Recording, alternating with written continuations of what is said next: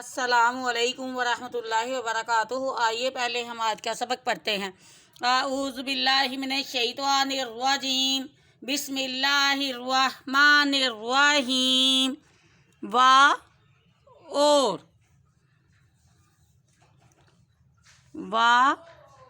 اور ما نہیں،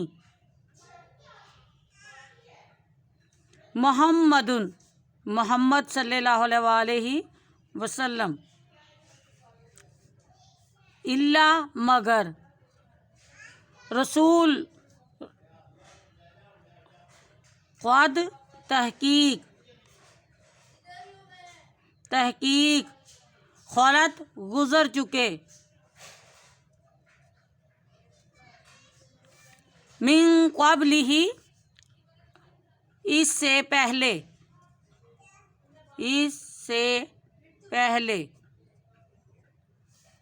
من قبلہ الرسل بہت سے رسول، افئن مات کیا پس اگر مر جائے، او یا قتلا مارا جائے، قتلا انقلبتم پھر جاؤ گے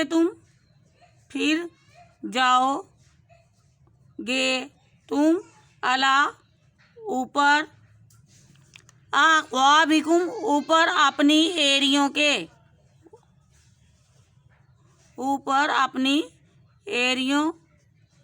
کے، اور من یقلب جو کوئی پھر جائے، الا اوپر، عقبیہ اوپر اپنی ایریوں کے،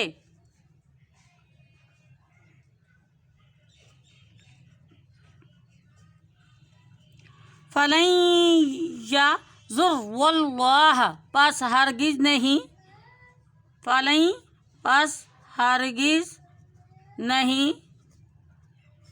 یضر اللہ بگاڑ سکتے اللہ تعالیٰ کا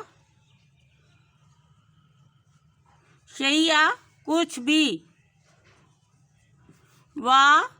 اور سیجزی اللہ اور البتہ بدلہ دے گا اللہ تعالیٰ الشاکرین شکر کرنے والوں کو۔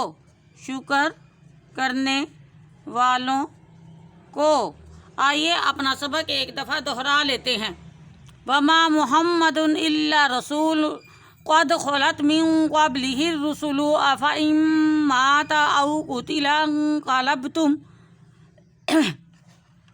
علی اعقابکم ومن ینقلب علی عقبیہ فلن یضر اللہ شیئا وسیجزی اللہ الشاکرین۔ اور نہیں محمد صلی اللہ علیہ وسلم مگر رسول تحقیق گزر چکے اس سے پہلے بہت سے رسول، کیا پس اگر مر جائے یا مارا جائے پھر جاؤ گے تم اوپر اپنی ایریوں کے، اور جو کوئی پھر جائے اوپر اپنی ایریوں کے پاس ہرگز نہیں بگاڑ سکتے اللہ تعالیٰ کا کچھ بھی، اور البتہ بدلہ دیتا ہے اللہ تعالیٰ شکر کرنے والوں کو۔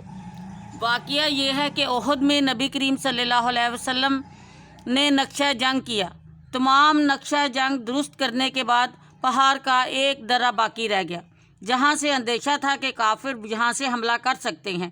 اس پر آپ صلی اللہ علیہ وآلہ وسلم نے 50 تیر اندازوں کو، جن کے سردار حضرت عبداللہ بن جبیر رضی اللہ عنہ تھے، تاکید کی کہ ہم کسی حالت میں ہوں تم یہاں سے مت ٹلنا، یہاں سے ہلنا نہیں، حتیٰ کہ اگر تم دیکھو کہ پرندے ان کا گوشت نوچ کر کھا رہے ہیں پھر بھی اپنی جگہ مت چھوڑنا، ہم برابر اس وقت تک غالب رہیں گے جب تک تم اپنی جگہ پر قائم رہو گے۔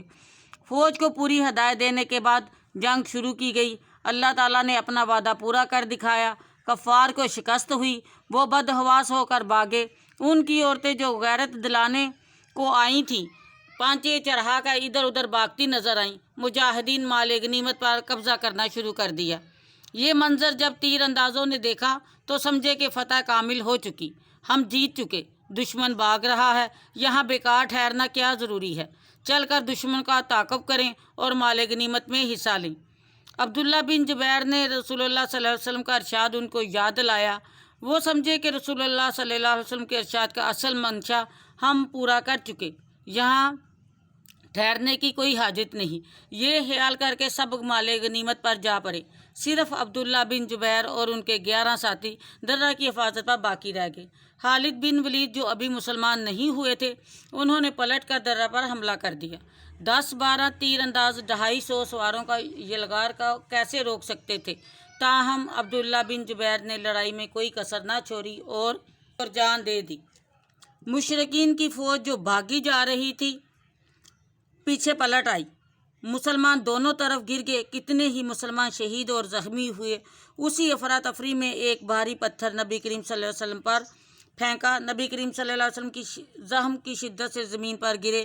کسی شیطان نے آواز لگا دی کہ آپ صلی اللہ علیہ وسلم قتل کر دیے گئے۔ یہ سنتے ہی مسلمانوں کے ہوش اڑ گئے اور پاؤں اکھڑ گئے۔ بعض منافقین کہنے لگے کہ جب محمد صلی اللہ علیہ وسلم قتل کر دیے گئے ہیں تو اسلام چھوڑ کر اپنے قدیم مذہب میں واپس چلے جانا چاہیے۔ اس وقت انس بن مالک کے چچا انس بن نضر نے کہا کہ اگر محمد صلی اللہ علیہ وسلم مقتول ہو گئے ہیں تو رب محمد تو مقتول نہیں ہوا۔ حضور صلی اللہ علیہ وسلم کے بعد تمہارا زندہ رہنا کس کام کا؟ جس چیز پر آپ قتل ہوئے تم بھی اس پر کٹ مرو، اور جس چیز پر آپ نے جان دے دی اس پر تم بھی جان دے دو۔ یہ کہہ کر آگے بڑھے، حملہ کیا، لڑے اور مارے گئے۔ کعب بن مالک آپ صلی اللہ علیہ وسلم کو پہچان کر چل لائے۔ مسلمانوں خوشخبری سنو، رسول اللہ صلی اللہ علیہ وسلم یہاں موجود ہیں۔ آواز کا سننا تھا کہ مسلمان ادھر سمٹنا شروع ہو گئے۔ 30 صحابہ نے آپ صلی اللہ علیہ وسلم کے قریب ہو کر مشرکین کی فوج کو میدان چھوڑ کر بھاگنے پر مجبور کر دیا، اور یہ آیت نازل ہوئی، اور نہیں محمد صلی اللہ علیہ وسلم مگر رسول، یعنی محمد بھی آخر خدا تو نہیں، ایک رسول ہے، ان سے پہلے کتنے ہی رسول گزر چکے۔ اس وقت نہ صحیح، اگر کسی وقت آپ صلی اللہ علیہ وسلم کی وفات ہو گئی یا شہید کر دیے گئے تو جہاد فی سبیل اللہ ترک کر دو گے؟ جیسے اس وقت محض خبر قتل سن کر بہت سے لوگ حوصلہ چھوڑ کر بیٹھنے لگے تھے۔ تم سے ایسی امید ہرگز نہیں، اور کسی نے اگر ایسا کیا تو اپنا ہی نقصان کرے گا۔ خدا کا کیا بگاڑ سکتا ہے؟ وہ تمہاری مدد کا محتاج نہیں، بلکہ تم شکر کرو کہ اس نے تمہیں اپنی دین کی خدمت میں لگا لیا۔ امید ہے آپ کو اس آیت کی سمجھ آ گئی ہوگی۔ یا اللہ میرا پڑھنا پڑھانا قبول فرما، اور پڑھاتے ہوئے اگر مجھ سے کوئی غلطی ہو جائے تو درگزر فرما، اور اس دنیا فانی سے جو گزر چکے ان کے لیے بہترین صدقہ جاریہ بنا۔ السلام علیکم ورحمۃ اللہ وبرکاتہ۔